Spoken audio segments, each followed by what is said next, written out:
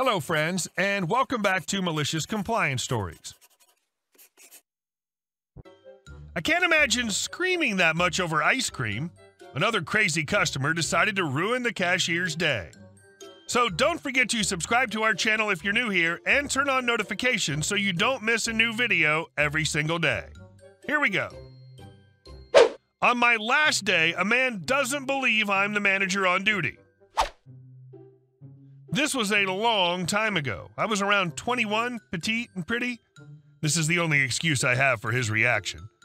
I was leaving the company to help my grandmother take care of my dying grandfather the next day and was in a mood where I gave 0 Fs. I was also the assistant grocery director and one of 4 to 5 people that had the ability to open and close the store. I get a call over the grocery sound system calling me to one of the registers.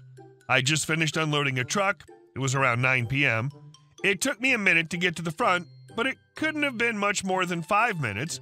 When I get to the register, I had a cashier that was nearly in tears and a man that had lost his GD mind screaming at her to get the manager now. Players. Me is me. CM is crazy man. NE is nice employee. Me to NE. How can I help you? NE. This. Cut off by CM. CM. I want to talk to the manager. I was starting to wonder how I didn't hear his screeching from the back. Me summoning all the calm and patience within me. Okay, sir, I'm the manager. How can I help you? CM looks me up and down. No, I want to talk to the real manager. Me. If you read my badge, you'll see that I am the assistant grocery director. I am the manager on duty. How can I help you? CM. Fine. If you won't let me talk to the real manager, I don't want anything. Walks out. Me to NE as I start to void the groceries that have already been rung up and signal one of the baggers to collect them to be put back. So what was that all about? For those where Bluebell ice cream is not available, they have 3 different levels at 3 different prices. The ones with the gold rim are the most expensive, silver are mid-price, and brown are the cheapest. NE. You know how we have Bluebell on sale, BOGO? Buy one, get one free for people that don't know the lingo? Me. Yeah. NE. He got one of the gold and one of the brown, but the register only gives the discount if you buy 2 of the same color. Me. He just wanted an override so that he could get the brown one free? NE. Yup. Gratuitous eye roll and a chorus of laughter from everyone stuck working till 11 p.m. Me. Hell, it's my last day. If he'd been a nice guy, I might have even given him the gold one free. 2 decades later, it's still something that makes me shake my head when it comes to mind. On the plus side, we all got to have a moment of total understanding that CM was a monumental jerk. And our next story. Okay, Karen, be careful what you ask for. It's funny how a song can trigger a memory. This morning when I drove my kids to school, the song This Old Heart of Mine by Rod Stewart and Ronald Isley started playing. Remember this for later. Also, remember this was the late 1990s, early 2000s, so although cell phones were popular, it was a far cry from what we have today. If someone was needed, we had to call their pager and wait for a callback. About 20 years ago, after my husband and I moved to a different state from where we were both born and raised, the move was for his job, so rather than pursue a job in my regular field, I found a temp-to-hire job in a regular office. When I went in for the interview, it turned out that my soon-to-be boss grew up 1 town over from me, so rather than a usual half-hour interview, it turned into over an hour of chatting about our sports team back home, the differences between the states, etc. Karen, the second in command, sat through the interview and looked bored. She loudly yawned and stretched her arms, despite the face that Boss and I didn't realize how bothered she was. She had a Karen haircut before it was popular. By the time I got back to our apartment just minutes away, the temp agency called and said that the company wanted me and was willing to buy the rest of the contract I had with the temp place in order to make sure I worked with them. As it turned out, I was taking Karen's old job. She got a promotion, so you'd think that everything would be cool. I was wrong. While Karen wasn't my boss in any way, shape, or form and had no supervisory power over me, she let it be known that I was the newbie in the office. She was hired only 6 months earlier, so she was a newbie herself. Karen was known to be a pest in the office. Nothing major, but she would do petty things that would bother people. She would make microwave popcorn and leave the bag in for 5 minutes, making the entire floor smell horrible. She would listen to her voicemails on speaker, even when she was sitting with her hands idle. During that time, I thought I was pregnant and had to schedule a doctor's appointment. Although it would have been a welcome surprise, hubby and I were married for just a few months. It turned out the stress of moving and being a newlywed got to me, and my schedule was off. I wasn't pregnant during that time, just stressed. Karen overheard my conversation with setting up the appointment and reminded me that while I was at work, I was on company time and wasn't allowed to make personal calls.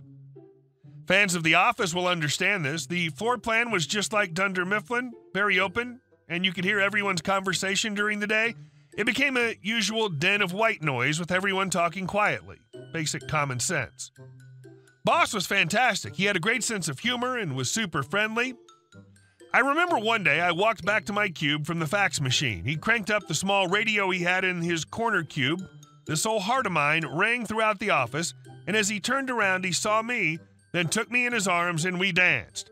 He twirled me around, I laughed, and a few others in the office tapped their foot or did a little dance in the chair. I can't tell you how excellent the people in the office were. Except Karen. After the dance with my boss, she walked up to me while I was at the coffee maker. She went on to tell me what boss did was completely inappropriate and that I could sue for sexual harassment. I rolled my eyes and told her to lighten up. Boss was in his late 60s and would always talk about his grandchild. He was the kind of boss that everyone would want to have. Karen would often go to meetings in another part of the floor. Since she was somewhat close to my cube, every second she was away was heaven. In the meeting, she'd leave her pager on her desk, as any matters could have been handled right then and there. Fast forward a few months, and both she and I were settled in our new jobs. Soon, she became distracted because she and her husband were set to buy their first home. During this time, it was a seller's market, meaning that properties were scarce and anything that came on the market sold at or way above the asking price. My husband worked with someone who paid $50,000, yes, $50,000 above the asking price. The dream home that Karen and her husband wanted was a 4-bedroom, 3-bath house on 1 acre of land just on the outskirts of town. Karen made good money, as did her hubby, so the sale would be based on both incomes. Soon, Karen thought that my role in the office was her private secretary. I wasn't, but what was once in a while, can you do me a huge favor and fax this, turned into a demand of do this now. After the first few times of nicely asking me to fax something, she would ask me for the confirmation report. Although I was clearly busy with my heaps of paperwork, I'd look through the pile of piles and find what she needed. Soon, even when she could see I was busy and we had an office secretary whose job it was to fax for others, etc., Karen demanded that I do it. She was tired about not getting an immediate response to when the fax went through. She insisted that I not only do the clerk work that wasn't part of my job, but I let her know what I do every step of the way. Every step of the way. Okie dokie. Soon we had the infamous day of Karen being an hours-long meeting, her pager on her desk. Her hubby was at their apartment playing phone tag with the realtor, waiting for a response to their offer on their dream house. The closed conference door meant do not disturb. Basically, unless your hair was on fire or the woman next to you was in labor, do not disturb. The D&D rule was set by Karen as she didn't like interruptions for what she called petty reasons, such as someone landing a big account, etc. Karen gave me 2 different papers to fax. Every step of the way, remember? So, hey Karen, it's OP. Just wanted you to know I noticed your request and I'll go to the fax machine now. Hey Karen, it's OP. Just want to let you know I've stood up and I'm headed to the fax machine right now. Hey Karen, it's OP. Just want to let you know that I faxed the paper to the first company. I'm back at my desk now, and after a sip of coffee, I'll go back to the fax machine and do the second one. Hey Karen, it's OP. Just want to let you know someone else was using the fax machine, so I had to wait. Hey Karen, it's OP. Just to let you know, I'm back at my desk, and I'm getting ready to stand up again and go to the fax machine. I called her when I stood up, walked to the fax machine, used the ladies' room, took a sip of coffee, sat back down, went back to get the confirmation reports, etc. I also marked each voicemail as urgent.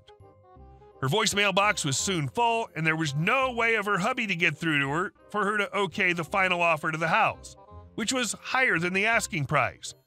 She didn't have a cell phone, and this was the only way before texting. She left her pager on her desk. The door was shut, so nobody could disturb for any reason. Her own rule. Nobody could get a message to Karen, so she wasn't able to get back to her hubby.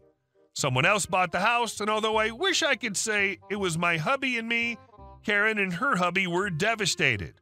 She asked me why I didn't get her when he tried to call, and I reminded her that we couldn't have personal calls during work hours. A few months later, my hubby got a job transfer, and we moved again, this time to a different state. About 10 years ago, I joined Facebook and soon friended my old boss and a few former coworkers. I found out that after I left, Karen lost her punching bag and, combined with the stress of losing the house of her dreams, she and her hubby soon separated. She left the company and nobody knows what happened to her or her marriage. I've searched for people by her name in the state where we worked together and then did a general search for her name. Unfortunately, she has a very common name, so it's hard to narrow it down. She wanted me to do something that wasn't my job and wanted to know what I did every step of the way. So I did. And let's move on to our next story. Actually, I'm the owner. My first car was a 1984 Jeep CJ7. Pretty sweet ride for a dirt-poor teenager in the 90s. I was working midnights at a gas station and loaned it to my brother who was taking a date to a party. I got a call around 1 a.m. from my brother who told me he left the keys in the Jeep and it was stolen. I was devastated. I was still on the phone with my brother when the thieves pull up in my Jeep to my gas station to fill up the tank. As luck would have it, the gas gauge on my Jeep was broken and always read empty, and I worked at the only 24-hour gas station in town. I pressed the silent alarm, proceeded to fill up my Jeep. It was a full-service station. When the thieves were out of the Jeep, I saw an opportunity to slip the key out of the ignition and into my pocket. They paid for gas, then argued amongst each other as to who had the keys last. The delay was enough for the police to arrive. I had to explain the story to the officer half a dozen times before he understood. The thieves had this stunned look of disbelief on their faces I'll never forget. The cops were belly laughing, telling the story to dispatch. All the while, the thieves sat in cuffs in the back of the squad car. The story made most of the major newspapers the following day. I don't know if this is really pro-revenge or not, but the karma sure was strong. It's a great story. Hey guys, thank you all for watching the video to the end, and I'll see you in the next one.